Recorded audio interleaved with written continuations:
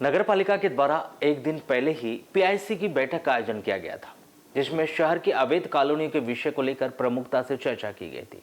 वह इंजीनियर स्वप्निल जैन के द्वारा मीडिया में यह बयान दिया गया था कि यदि कोई अवैध कॉलोनी बनाता है तो उस पर एफआईआर के साथ साथ कानूनी कार्रवाई भी की जाएगी। जिनके बयान पर वार्ड नंबर 9 के पार्षद पति शफकत खान के द्वारा मुख्य नगर पालिका अधिकारी को एक ज्ञापन सौंपा गया है कि इंजीनियर के द्वारा जो बयान दिया गया है वह शासन व जनता को गुमराह करने वाला, जिसका वे विरोध करते हैं। आपको बता दें कि यह पूरा विषय एक दिन पूर्व ही जब नगर पालिका में पीआईसी की बैठक आहूत की गई थी, जिसमें अवैध कॉलोनियों को लेकर पीआईसी के मेंबर व नगर पालिका के इंजीनियरों के द्वारा प्रमुखता से इस विषय को उठाते हुए चर्चा की गई थी। जब बैठक खत्म होने के बाद मीडिया में स्वप्निल जैन के द्वारा यह बयान दिया गया था कि अगर कॉलोनाइजर अवैध कॉलोनी बनाते हैं तो उनमें मूलभूत सुविधाओं की कमी पाई जाती है, तो उन कॉलोनाइजरों पर एफआईआर व कानूनी कार्रवाई किए जाने की बात की गई थी। आइए आपको उनका जो बयान है वह सुनाते हैं।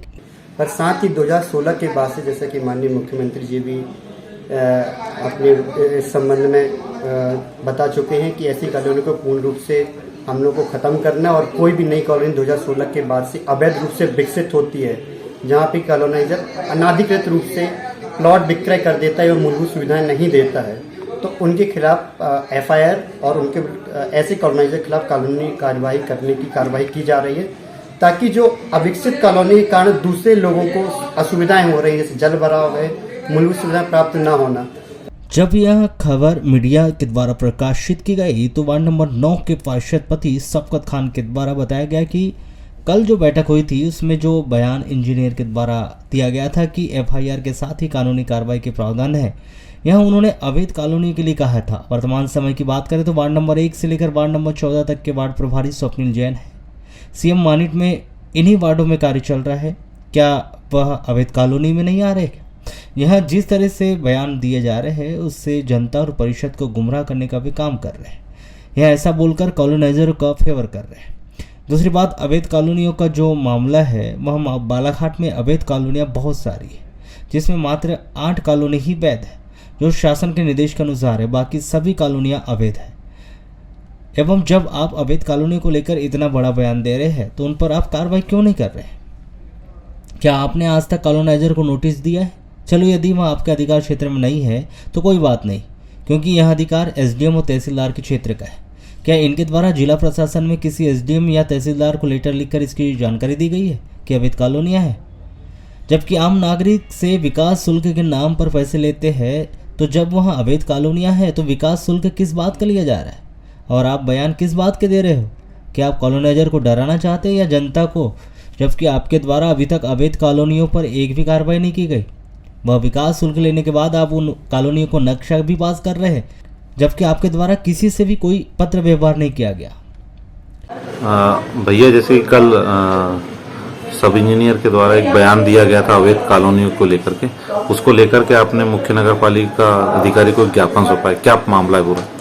कल अध्यक्ष जी के सभा कक्ष में जो बैठक हुई थी, वो बैठक में इंजीनियर स्वप्निल जैन के द्वारा स्टेटमेंट दिया गया है, जो आज समाचार पत्र जबलपुर एक्सप्रेस, बालाघाट एक्सप्रेस में पढ़ने पे आया। कानूनी कार्रवाई का प्रावधान है, ये उन्होंने अवैध कॉलोनी के लिए कहा है और उन्होंने अपना बयान भी दर्ज कराया है।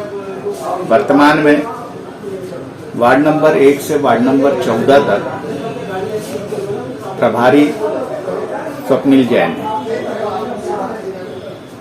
सीएम मानिट में इनमें कई वार्डों में कार्य चल रहे हैं, क्या वो अवैध कॉलोनी में नहीं आ रहे? ये जिस तरीके का बयान दे रहे हैं, इससे जनता और परिषद को गुमराह करने का बयान है। ये कॉलोनाइजर का फेवर कर रहे हैं ऐसा बयान देके। कॉलोनाइजर सब सुविधाएं दे नहीं रहा है। दूसरी चीज, अवैध कॉलोनी की जहां तक मामला है, तो अवैध कॉलोनी बालाघाट में लगभग बहुत सारी हैं, जिसमें 8 कॉलोनियां वैध हैं शासन के निर्देशन से, बाकी लगभग सभी कॉलोनियां वैध हैं। दूसरी चीज कि जब आप अवैध कॉलोनी के खिलाफ इतना मुखर होकर समाचार पत्रों में बोल रहे तो उस पर कार्रवाई क्यों नहीं कर रहे? क्या आपने आज तक कॉलोनाइजरों को नोटिस दिया? खैर इनके अधिकार क्षेत्र में नहीं है। कॉलोनाइजर को परमिशन तहसीलदार, एसडीएम और जिला प्रशासन से लेना पड़ता है। इन्होंने जिला प्रशासन या एसडीएम या तहसीलदार को पत्र लिखा कि ये अवैध कॉलोनी, आप आम नागरिक से विकास शुल्क के नाम पे पैसा लेते हैं। क्यों ले रहे हो? जब वो अवैध कॉलोनी है तो उनसे पैसा क्यों ले रहे हो? वो पैसा किस बात का दे रही है जनता? विकास शुल्क इसी बात का तो दे रही है। और आप ये बयान दे के क्या प्रदर्शित करना चाह रहे हो? क्या डराना चाह रहे हो कॉलोनाइजरों को? चमकाना चाह रहे हो?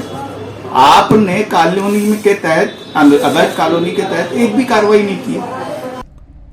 मुख्यमंत्री का निर्देश जारी हुए हैं, उनका भी आपके द्वारा पालन नहीं किया गया। मुख्यमंत्री के द्वारा एक और निर्देश जारी किया गया था कि नगर पालिका के फुटकर व्यापारियों से पैसा नहीं लिया जाएगा, किंतु वर्तमान समय में देखा गया कि नगर पालिका के द्वारा उसका टेंडर निकाला गया है और उनसे पैसा लिया जा रहा है।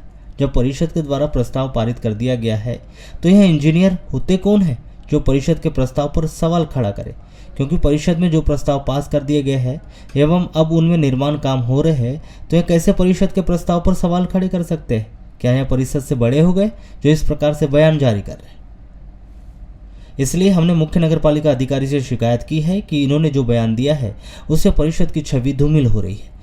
इनका जो अधिकार क्षेत्र का मामला नहीं है, उन पर यह सवाल कैसे उठा सकते हैं? यदि पहले कार्रवाई करते तो अवैध कॉलोनियों के खिलाफ या कोई भी एफआईआर दर्ज करवाते, तब यहाँ यदि बयान देते तो समझ में आता। उनके द्वारा कुछ भी नहीं किया गया और सिर्फ डराने का प्रयास किया जा रहा है।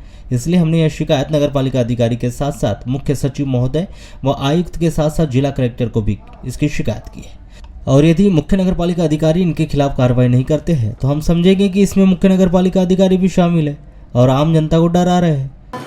आपने शासन प्रशासन को पत्र नहीं लिखा कि बालाघाट शहर में विकास शुल्क ली जा रही है नगर पालिका के द्वारा और नक्शा पास किया जा रहा है, ये अवैध कॉलोनी है, ये इसके खिलाफ आप कोई कार्रवाई करें।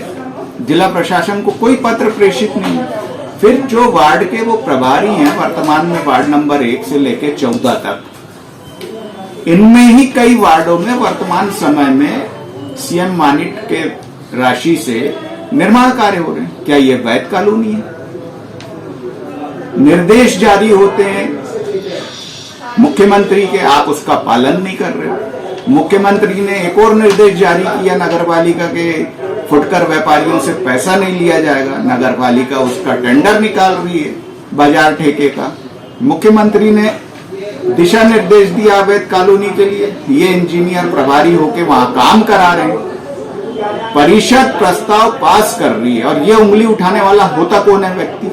जब परिषद में प्रस्ताव हो गए तो वो कॉलोनी या वो वार्डों में काम हो रहे हैं, तो ये व्यक्ति इस तरीके से जनता के बीच में समाचार पत्रों में प्रकाशन हो रहा है, इलेक्ट्रॉनिक मीडिया में प्रकाशन, ऐसे बयान देने वाला होता कौन? हमने शिकायत की है मुख्य नगर पालिका अधिकारी से कि इसके जो बयान दिया इस व्यक्ति ने, इससे परिषद की छवि भी धूमिल होती है और इसके अधिकार क्षेत्र की जो चीज नहीं है वो ये बात बोल रहा है। अगर ये कार्रवाई करता ये व्यक्ति अवैध कॉलोनाइजरों के खिलाफ, जिनने अवैध कॉलोनी निर्मित की है, वो कॉलोनाइजरों के खिलाफ ये व्यक्ति कोई कार्रवाई करता, कोई एफआईआर दर्ज होती, जब ये बयान देता तो हम मानते। कुछ कार्रवाई नहीं की इस व्यक्ति ने और इस तरीके के बयान दे रहा है। बयान देने का अर्थ क्या है?